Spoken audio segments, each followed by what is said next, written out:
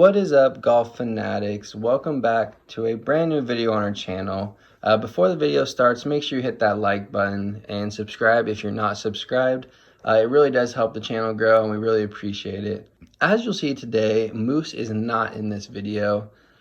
We are kind of doing a new style. Well, one, I got asked to be a fourth with one of my friends and we did not have a video for you guys. So I said, you know what, I'll go out, record one, do a voiceover. I know I've seen a lot of people doing these lately, and I just thought maybe we'll do a new style video. Maybe you guys will like it. Yeah, I know Moose has been chomping at the bit to golf, but hey, when I got asked to be someone's fourth in their group, I said, you know what, I'll do it.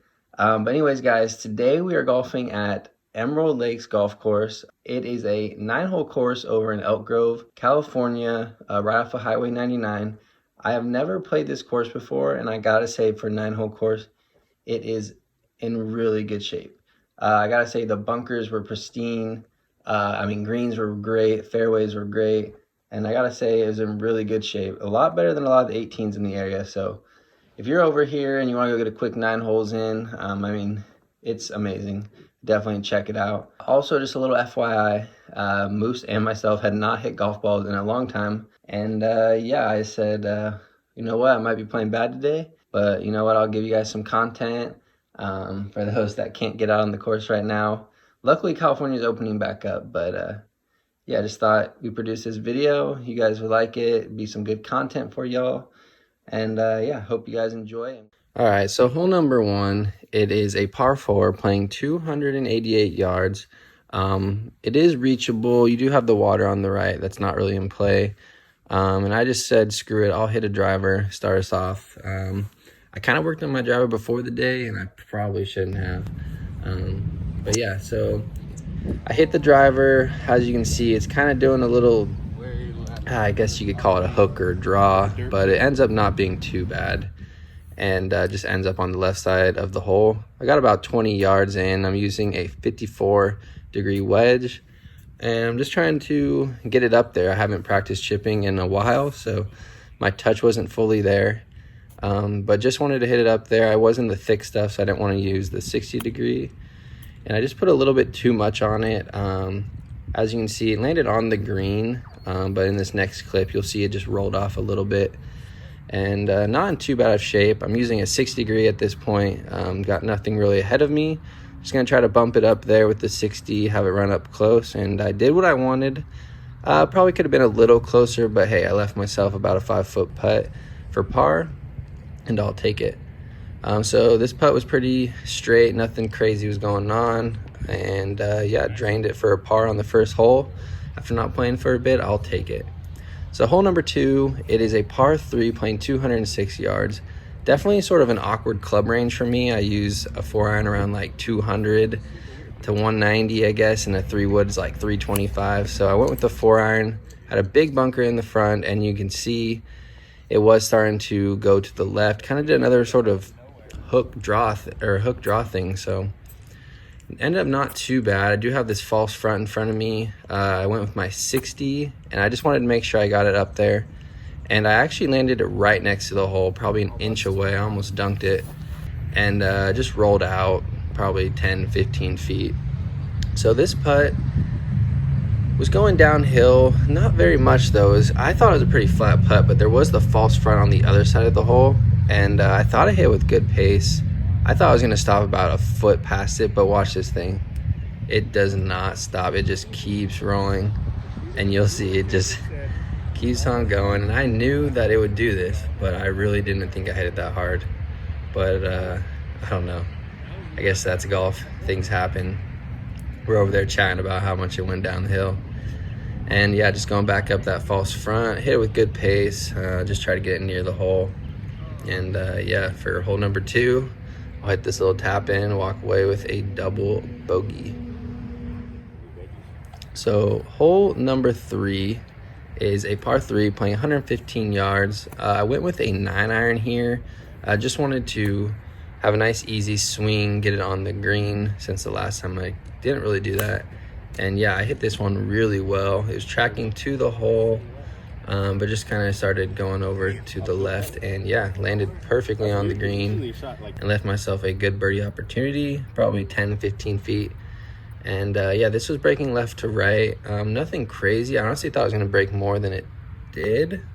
And boom, I get a birdie. First birdie I've had in a while, especially on a par 3. That is tough for me. A lot of my birdies are usually on par 5s. So hole number 4, it is a par 5, the only one on the course, playing 474 yards. I'm using the driver again and still do this weird draw hook sort of a thing. Got very fortunate when it went by those trees.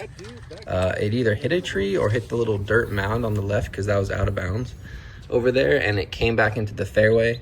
Forgot to record my second shot, but I was basically about 220 yards out. Hit a 4-iron, did another sort of draw hook thing over here to the left. I don't know what was going on, because that's what happens when you don't golf very often. Got my 60 degree, probably 20 yards away from the pin. And like I was saying earlier, I don't like hitting it out of the thicker rough. And it wasn't even that thick, but I chunk it. As you can tell, I was kind of mad. And yeah, didn't help myself. And I got another 60 degree pitch right here.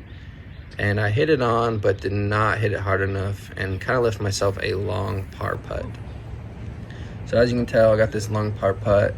I did have water to the right, so I thought I was gonna break left to right. But as you see, perfect pace, and this thing went dead straight.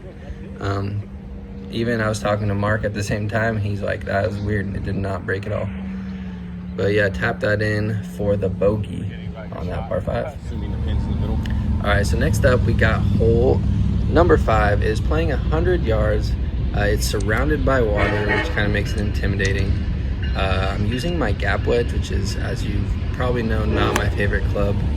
I hit it kind of well. It was kind of like a thin, I don't know, it didn't come off great, but it wasn't like a super low thin, and it kind of landed on the back of the green and rolled off. And as you can see, that's where it ended up. And if I hit it a little more thinned, I would have been off into the water. So I got very lucky there.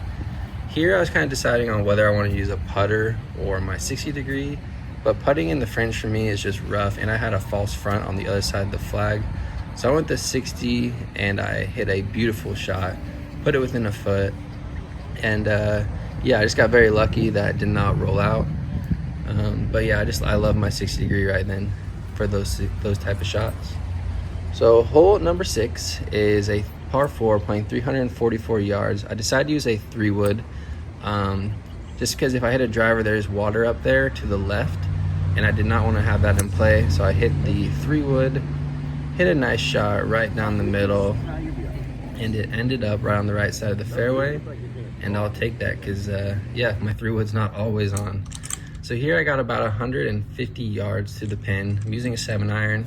7-iron is my go-to club. I love this club, and for some reason, as you'll see, I do not hit it very well. I kind of chunk it, and after watching this a couple times, I can tell my back foot slipped, and yeah, I think that's what the cause was. So I ended up over here in the trees. I just want to hit a little punch shot. I used a 9-iron to get it up, and I just hit it a little too hard. It landed on the green and just rolled to the back. The pin was up close, but didn't really have much to work with there. As you can see, this is a very long putt. It's at the beginning going right to left and then left to right, all downhill, and I hit a beautiful putt. Definitely my best putt of the day. And watch this thing, it just tracks right to the hole and basically leaves myself a 1 to 2 foot little tap in, and Mark gave it to me.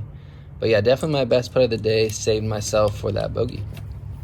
So hole number 7, it's a par 3, playing 170 yards, and then boom. Didn't know this happened, but hopefully you guys have not seen this meme. That means you got nice friends. But yeah, they wanted to play a trick on me. Found it out when I was editing, and I did hit a 5-iron on this hole, pulled it over to the left right here. And yeah, I was doing a weird sort of pull hook thing all day. Don't really know it was right. And hit this 60 degree, which I should not have done. Took a chunk out of the grass. Hit a chunk, left it short, and I didn't even put the 60 degree away in the rough. But right here, I hit the 60 again. Almost dunked it in the hole. Rolled right past it, which I was hoping it was going to go in there to save myself. But yeah, here is my bogey putt, and I just pushed it. So not too bad. I mean, I had good distance. I just pushed it. Wasn't very good. So hole number 8 here It's a par 4 playing 267 yards. I'm using my 3-wood. I could use driver, but there was those 2 bunkers up there, and I just wanted to play it safe. I probably could use like a 5 or 4 to play it safer, but I hit the 3-wood, landed perfectly. It was in the rough, but it was right next to where I wanted it to be. And I think I had about 50 yards here, using my 54 because I told myself not to use the 60 degree again. And I hit this perfectly, landed right on the green and rolled backwards off this little hill. Left myself probably like an 8 to 12 foot putt here. I read this as if it was going to break left to right a little bit. And yeah, as you see, I hit perfect pace. And it just did not break. Right there I said, wow, it did not break. And yeah, tap that in for a par. So hole number 9 is the weirdest hole I've ever seen. You can either lay up a lot or go for it with a driver. I kind of got peer pressured into it because I've been kind of hitting that hook draw all day, and of course I hit it dead straight. Got very lucky, and it landed right in a perfect spot. But it was just a weird hole. I've never seen a hole like that. It just felt like on the left side you did not have a lot of room to work with. So hit the pitching wedge right here. I was only about 110 out. Hit it really well, but just kind of landed on the front. And when I hit it, I kind of felt the club being weird. And as you see, I'm checking it out right now. The club head almost fell off. Like right there, it was moving. And yeah, that club's got to go to the shop and get worked on. So right here, I got an uphill putt. Told myself not to leave it short. Whenever you do that, you leave it short. Luckily, it did not roll back down this hill because there was a big hill right in front of it. And it stayed, and got very lucky there. This one, I just kind of rushed it. Hit it off the toe and missed my par putt. But overall, I'll take it. It was a good day to get back out on the course. I did shoot a 39 on a par 33. I mean, I'll take it. But yeah, definitely nice getting back on the course. If you haven't liked the video, make sure you guys like it. Let me know if you like this style. I mean, it's kind of fun doing this. I guess we could see how it goes. Probably won't stick to it for other videos when Moose is there, but it might be something fun to do when Moose or myself are not there. But anyways, guys, thanks for watching, and we'll see you in the next video. Nice.